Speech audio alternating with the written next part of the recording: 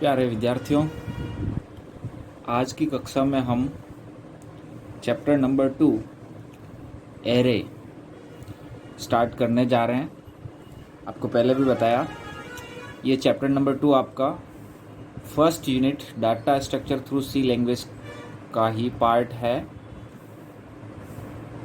Array start करने से पहले आप लोगों को ये बता दूं कि एरे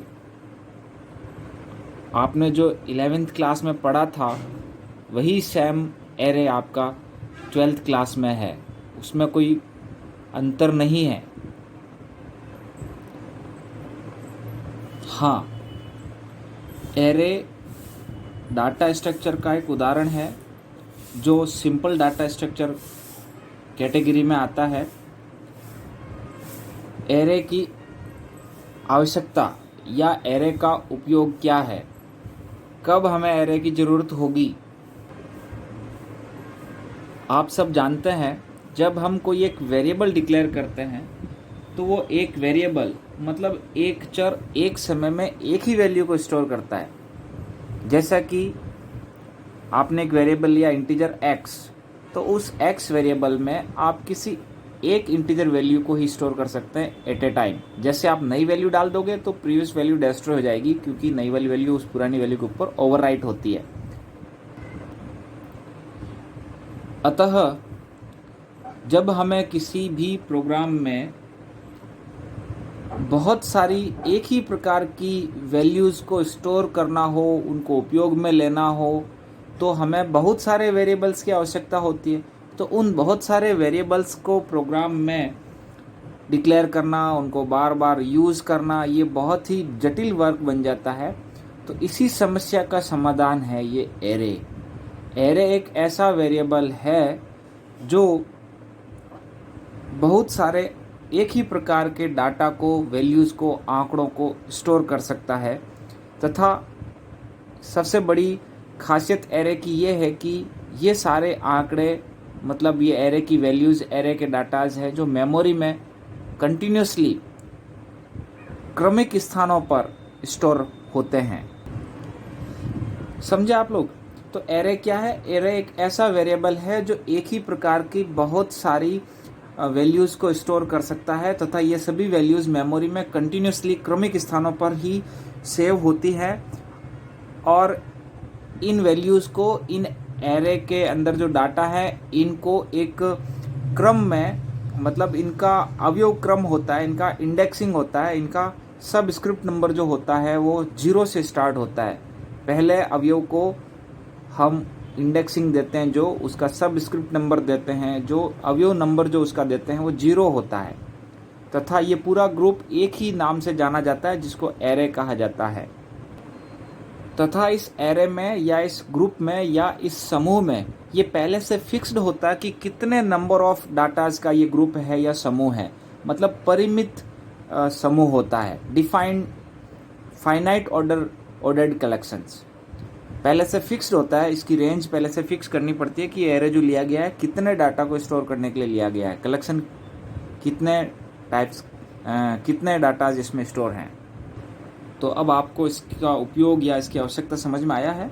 जब किसी प्रोग्राम में बहुत सारी एक ही प्रकार की वैल्यूज़ को उपयोग करना है की ज़रूरत है हमें, तो वहाँ पर उतने सारे वेरिएबल्स को लेके प्रोग्राम को चलाना बहुत जटिल वर्क होता है। तो इसका समाधान है एरे। एरे क्या होता है? एरे बहुत सारे एक ही प्रकार के डाटा का समूह होता है तथा ये डाटा मेमोरी में कंटिन्यूसली स्टोर्ड रहते हैं। तो इस प्रकार से जब ज़रूरत हो तो हम एरे का उपयोग प्रोग्राम में करते हैं। आवश्यकता तथा उपयोग के बाद अब आपको बता देता हूँ एरे की पहचान। आप ये ब्रैकेट देख रहे हैं, ये ब्रैकेट ही एरे की पहचान है। जहाँ कहीं भी प्रोग्राम के अंदर, बुक के अंदर ये ब्रैकेट आ जाए तो आप समझ लेना वहाँ पर एरे की बात हो रही है, वहाँ पर एरे लिया गया है, यहाँ पर एरे है। ये ब्रैकेट एरे के अलावा सी और C++ लैंग्वेज में कहीं काम में नहीं आता, ये वाला ब्रैकेट। दूसरा, परिभाषा मैंने आपको बताई दी है। एरे एक ऐसा वेरिएबल है, चर है, जो एक ही प्रकार के आंकड़ों को एकत्रित कर सकता है, स्टोर कर सकता है तथा ये सभी आंकड़े मेमोरी में क्रमिक स्थानों पर संग्रहित होते हैं, स्टोर रहते हैं। या इसको ऐसे भी लिखा जा सकता है एरे समरूप डाटा तत्वों का, समरूप मतलब एक ही प्रकार के, एरे समरूप डाटा तत्वों के परिमित क्रमों का एक संग्रह है जो कि क्रमिक स्थानों पर संग्रहित रहते हैं। परिमित का आशय है यहाँ पर डाटा रेंज निर्धारित होती है, मतलब इस समूह में टोटली कितने डाटा हैं, 10 अवयवों का समूह है या 15 है या 20 है ना। तो यहाँ पर 2-3 शब्दों का ध्यान रखना। परिमित मतलब फाइनाइट, फिक्स्ड, पहले से डाटा रेंज निर्धारित है। क्रमिक मतलब लगातार। समरूप मतलब एक ही प्रकार के। तो array is a set of homogeneous element which are stored in continuous memory locations. Next है एरे के प्रकार, एरे की टाइप्स। एरे मुख्य रूप से 2 प्रकार का होता है। पहला है एकल आयामी या एक विमीय, जिसको हम 1 डायमेंशनल या सिंगल डायमेंशनल मतलब 1D एरे कहते हैं। एकल या एक आयामी मतलब एक विमीय एरे, 1 डायमेंशनल या सिंगल डायमेंशनल, इसको 1D एरे कहते हैं। दूसरा एरे का प्रकार है बहुआयामी या बहुविमीय एरे मतलब मल्टी डायमेंशनल एरे, और उसके ही उदाहरण है द्विविमीय एरे जिसको हम 2D एरे कहते हैं, या त्रिविमीय एरे जिसको हम 3D एरे कहते हैं। तो ये 2D 3D किसके उदाहरण हैं? बहुआयामी मतलब मल्टी डायमेंशनल एरे के उदाहरण है। तो एरे कितने प्रकार के? वो मुख्य रूप से 2 प्रकार के, 1D एरे मतलब सिंगल डायमेंशनल एरे और multi dimensional array. Multi dimensional array का उदाहरण है 2D एरे 3D एरे। ठीक है,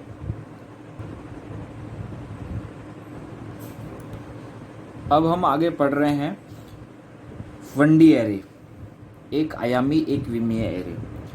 एक विमीय एरे में एक रो या एक कॉलम ही होता है।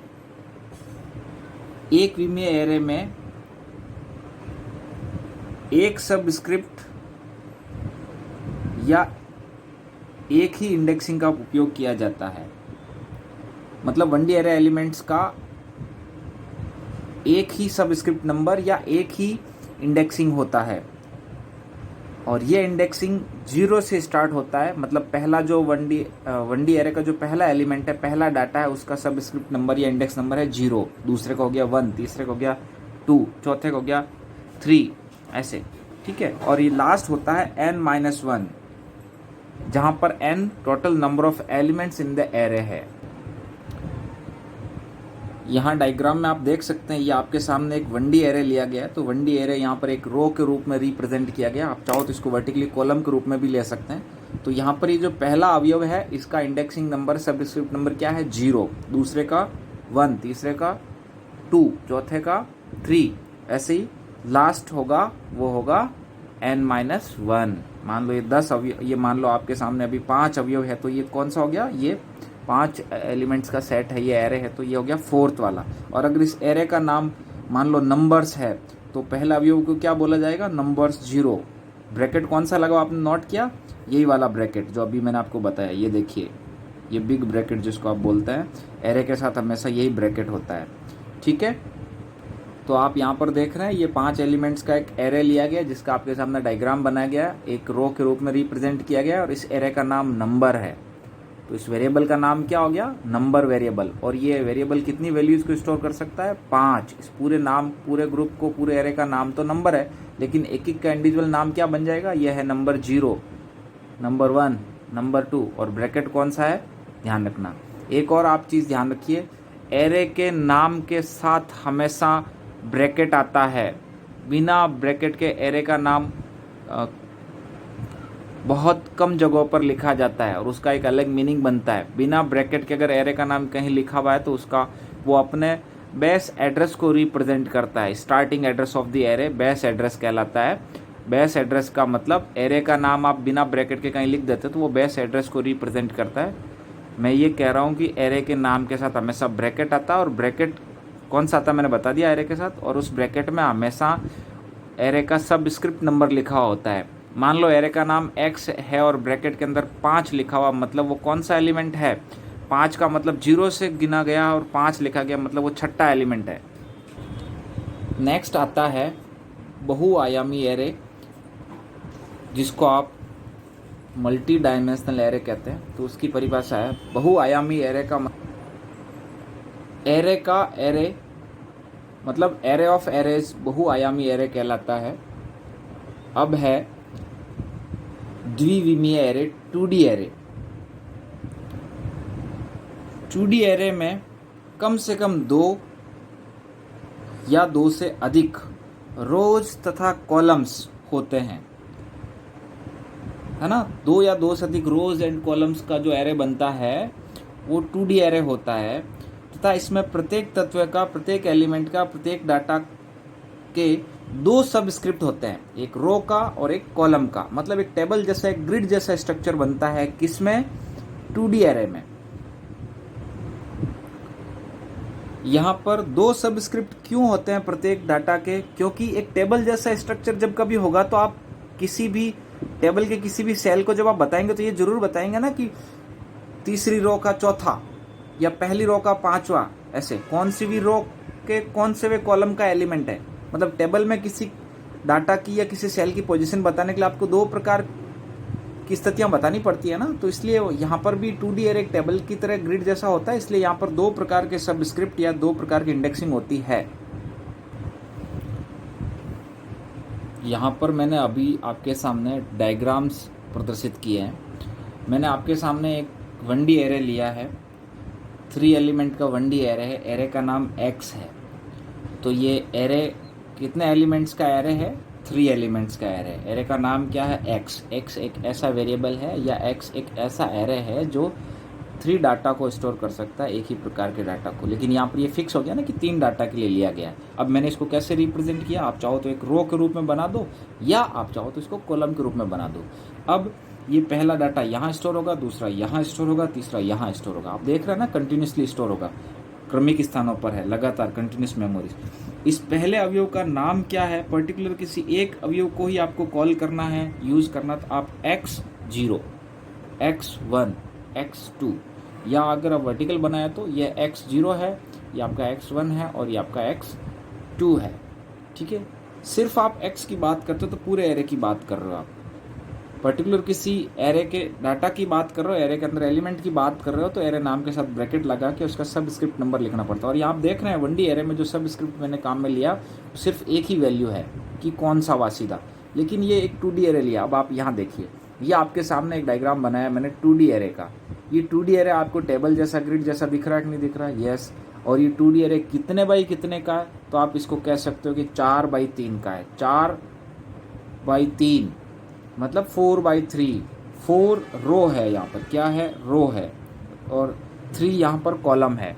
तो ध्यान रखना ये RC सीक्वेंस में यूज किया जाता। R for row, C for column. तो पहले R बोला जाता, रो 1 2 3 4, 4 रो चल रही, रो हॉरिजॉन्टल होती है।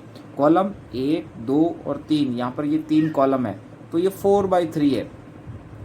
4/3 मतलब टोटल कितने एलिमेंट्स यहाँ पर स्टोर होंगे? 12 एलिमेंट्स का है ये 2D एरे है, ग्रिड जैसा, टेबल जैसा आपको दिख रहा है। इस एरे का नाम भी मैंने यहाँ पर क्या रखा है? X है। तो X का मतलब ये पूरा एरे। X एक 2D एरे है। X एक ऐसा वेरिएबल है जो 12 वैल्यूज को स्टोर कर सकता है। ये 2D है। तो यहाँ पर ध्यान ये रखना है, 1D एरे में एक ब्रैकेट काम में लिया जाता है, क्योंकि 1D एरे एलिमेंट्स का एक ही सबस्क्रिप्ट नंबर होता है। पोजीशन बताने के लिए एक ही बताना पड़ता है कि जैसे पहला, दूसरा, तीसरा। लेकिन 2D एरे में प्रत्येक एलिमेंट्स के 2 सबस्क्रिप्ट होते हैं, क्योंकि वो एक टेबल और ग्रिड जैसा स्ट्रक्चर होता है। तो वहाँ पर प्रत्येक अवयव की पोजीशन बताने के लिए अपने को 2 डाटा बोलने पड़ते हैं। जैसे मैं अगर बात करूँ यहाँ पर इसकी, ये कौन सा है, तो आप अपना भी स्वतः ही बोल पाएंगे कि सर ये तो दूसरी रो का तीसरा अवयव है, दूसरी रो का तीसरा है। तो आप बता रहे हो ना, दूसरी रो का तीसरा, 2 चीजें बता रहे हो। इसलिए ये कौन सा है? ये है X। इसके ब्रैकेट भी 2 बनेंगे। 1D एरे 2D एरे में ये भी मेजर डिफरेंस होता है। 1D एरे में एक ही ब्रैकेट लगता है, 2D एरे में 2 लगता है। तो यहाँ पर 2 ब्रैकेट बने, और यहाँ पर आपने देखा दोनों ब्रैकेट में क्या लिखा जाएगा? यहाँ पर कौन सी भी रो का कौन सा वा है? तो दूसरी रो का। तो यहाँ पर मैं 1 लिखूंगा दूसरी रो का। तीसरा एलिमेंट है तो मैं 2 लिखूंगा। 2 को मैंने 1 लिखा, 3 को मैंने 2 लिखा। इसका कारण आपको समझना होगा। इसका कारण ये है, मैंने आपको पीछे नोट करवाया है, एरे में इंडेक्सिंग जो है, सबस्क्रिप्ट नंबर जो है वो हमेशा 0 से शुरू होता है। ये रो कौन सी है? पहली है, लेकिन इसका इंडेक्स कौन सा है? इंडेक्स 0 कहलाएगा। तो ये 0, ये 1, ये 2, ये 3, टोटल 4 रो है लेकिन 0 से लेकर 3 तक, टोटल 3 कॉलम है लेकिन 0 से लेकर 2 तक। तो ये कौन सा अवयव हुआ? ये हुआ x 0 0। ये कौन सा हुआ? इसकी बात कर रहा हूं मैं, ये हो गया x 0 1। इस प्रकार से 2 ब्रैकेट लगते हैं, दोनों ब्रैकेट्स के बीच में कभी कॉमा मत लगाना। अगर आप ऐसे लिख देंगे, कभी एक ही ब्रैकेट में 0,1 आपने लिख दिया तो गलत है। कभी आपने अगर 2 ब्रैकेट्स जो बनाते हैं उनके बीच में भी कॉमा लगा दिया तो वो भी गलत है, अगर आपने इस प्रकार से लिख दिया बीच में कॉमा लगाते हुए। ठीक है, तो सही तरीका ये होता है। और 2D एरे में प्रत्येक अवयव के कितने सबस्क्रिप्ट होते हैं? 2। इसका मतलब फिर ये क्या बना? ये है x और क्या लिखेंगे? 3rd, 4th रो इसलिए 3 और 3rd कॉलम है इसलिए 2। पोजीशन से एक लेस करना पड़ता है। तो इस प्रकार से 2D एरे में सबस्क्रिप्टिंग अवयवों का यूज किया जाता है। 2 सबस्क्रिप्ट होते हैं। तो आपको समझ में आया 2D एरे किसका एग्जाम्पल है? मल्टी डायमेंशनल एरे का। और 2D एरे कैसे बनता है? विभिन्न प्रकार के 1D एरेज के मिलने से, विभिन्न 1D एरेज मिलने से। जैसे अभी आपने परिभाषा में पढ़ा ना, बहुआयामी एरे, मतलब मल्टी डायमेंशनल एरे कैसे बनता है? एरे ऑफ एरेज, एरेज का जो एरे होता है वो बहुआयामी एरे होता है। तो 2D एरे इसी का ही तो उदाहरण है, मल्टी डायमेंशनल एरे का। तो 2D एरे कैसे बनता है? 1D एरेज को मिलाने से। जैसे आपके सामने ये 1D एरे है 3 एलिमेंट्स का, तो 3 एलिमेंट्स का ये रहा 1D एरे, उसके नीचे एक दूसरा और लगा दो, उसके नीचे एक तीसरा और लगा दो, चौथा और लगा दो। तो देखा जाए तो ये 2D एरे कैसे बना? 3 एलिमेंट्स के, ये पहली रो, उसके बाद ये दूसरी रो और जोड़ दी गई इसके साथ, उसके बाद ये तीसरी रो और इसके साथ जोड़ दी गई, उसके साथ ये चौथी रो और जोड़ दी गई। तो कह सकते हैं यहाँ पर ये जो 2D एरे बना है ये 3 के 4 सेट मिलके इससे बना है। तो अब तक आप लोगों ने पढ़ा एरे की आवश्यकता क्या है या एरे आपको कब उपयोग करना पड़ेगा। दूसरा, एरे की परिभाषा क्या है। तीसरा, एरे कितने प्रकार के होते हैं, 1D और 2D। आप लोगों ने ये दोनों पढ़े, दोनों का कैसे रिप्रेजेंट किया जाता है। एरे में इंडेक्सिंग मतलब सबस्क्रिप्टिंग क्या होती है, मतलब अवयवों की पोजीशन बताने के लिए सबस्क्रिप्टिंग यूज की जाती है। और ये सबस्क्रिप्टिंग हमेशा, ये इंडेक्सिंग हमेशा 0 से शुरू होती है। 1D एरे में एक ही ब्रैकेट लगता है, 2D एरे में 2 ब्रैकेट लगता है। 1D एरे में प्रत्येक अवयव का एक सबस्क्रिप्ट नंबर होता है, 2D एरे में प्रत्येक अवयव के 2 सबस्क्रिप्ट होते हैं। ठीक है, अब नेक्स्ट हम पढ़ेंगे एरे को डिक्लेयर कैसे करते हैं, एरे की घोषणा कैसे करते हैं। प्रोग्राम में जब भी हमें एरे की जरूरत होती है ना, तो एरे को सबसे पहले हम डिक्लेयर करते हैं, उसके बाद उसको यूज कर पाते हैं। तो एरे का डिक्लेरेशन, एरे की घोषणा करना। एक प्रोग्राम में जब भी हमें एरे की जरूरत होती है तो हमें एरे को डिक्लेयर करना पड़ता है। जैसे हम वेरिएबल्स को डिक्लेयर करते हैं वैसे भी एरे को भी प्रोग्राम में सर्वप्रथम डिक्लेयर किया जाता है। और जब एरे को डिक्लेयर कर दिया जाता है तो कंपाइल टाइम में उसको मेमोरी एलोकेट हो जाती है। कितनी मेमोरी एलोकेट होती है?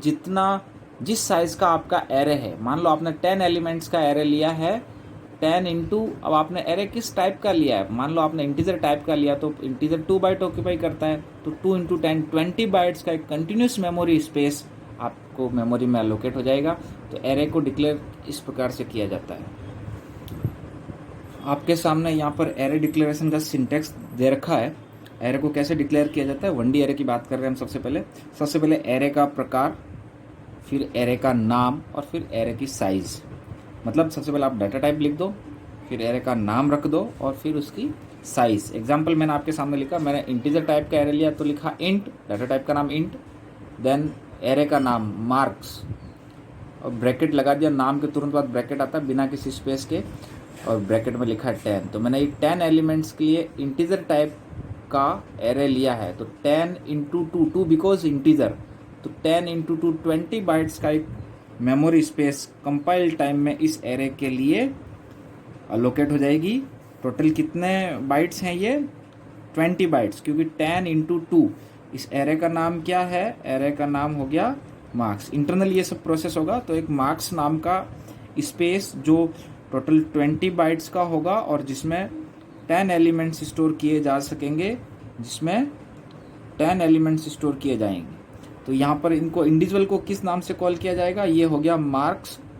लास्ट वाले का नाम क्या होगा, मार्क्स 9 बिकॉज 0 से काउंटिंग होती है। तो ये फर्स्ट वाला कौन सा हुआ, फर्स्ट वाले का नाम होगा मार्क्स 0, मार्क्स 1, मार्क्स 2, ऐसे चलते चलते मार्क्स 9। तो ये हो गया। दूसरा एग्जाम्पल देखिएगा, फ्लोट टाइप का मैंने एरे लिया, एरे का नाम हाइट, मुझे 5 हाइट वैल्यूज को स्टोर करना है, साइज मैंने लिया 5।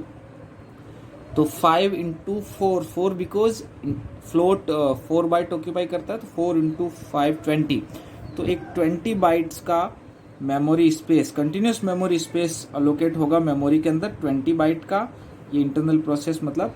और जिस ये कंटिन्यूस होंगे 5 एलिमेंट्स जो हम स्टोर करेंगे मेमोरी में, इस प्रकार से पड़े रहेंगे। तो इसका नाम क्या होगा, हाइट की मेमोरी एलोकेट होगी। यह है हाइट 0, यह है हाइट 1, और इस लास्ट वाले का नाम फिर क्या हो जाएगा, हाइट 4। टोटल 5 है तो लास्ट 4 होगा, क्योंकि 0 से काउंटिंग हो रही है यहाँ पे। ठीक है, अब नेक्स्ट उदाहरण मैंने दिया है 2D एरे का डिक्लेरेशन कैसे किया जाता है। तो सेम टाइप का डिक्लेरेशन होता है, एक ब्रैकेट एक्स्ट्रा बढ़ जाएगा। जैसे मैंने एक इंटीजर टाइप का नाम रखा है मार्क्स 3/4, मतलब 3 रो 4 कॉलम, ये फर्स्ट रो, ये सेकंड रो और ये थर्ड रो, 3 रो, ये फर्स्ट कॉलम, ये सेकंड कॉलम, ये थर्ड कॉलम और ये फोर्थ कॉलम, है ना। तो ये 3/4 मतलब 12 एलिमेंट्स स्टोर होंगे। और ये इंटीजर टाइप का 12 एलिमेंट्स है, इसका मतलब 12 इंटू 2, ये 24 बाइट का, 24 बाइट्स का कंटिन्यूस मेमोरी स्पेस है। इसको रिप्रेजेंट अपन टेबुलर वे में कर रहे हैं, लेकिन इंटरनली मेमोरी में ये 4, उसके बाद नेक्स्ट 4, उसके बाद नेक्स्ट 4 ऐसे रहेंगे, लेकिन यहाँ पर अपन ऐसे रिप्रेजेंट कर रहे हैं। तो ये पहला ये 0 1 2 3 0 1 2, तो इसको हम क्या बोलेंगे, ये आपका हो गया मार्क्स, 2 ब्रैकेट बनाओ। ये कौन सा हो गया आपका, सेकंड थर्ड, इसका सबस्क्रिप्ट नंबर 2 और 3 है। 2 का मतलब ये थर्ड रो, 3 का मतलब ये फोर्थ रो। इंडेक्सिंग से पोजीशन 1 ज़्यादा होता है और पोजीशन से इंडेक्सिंग 1 कम होता है।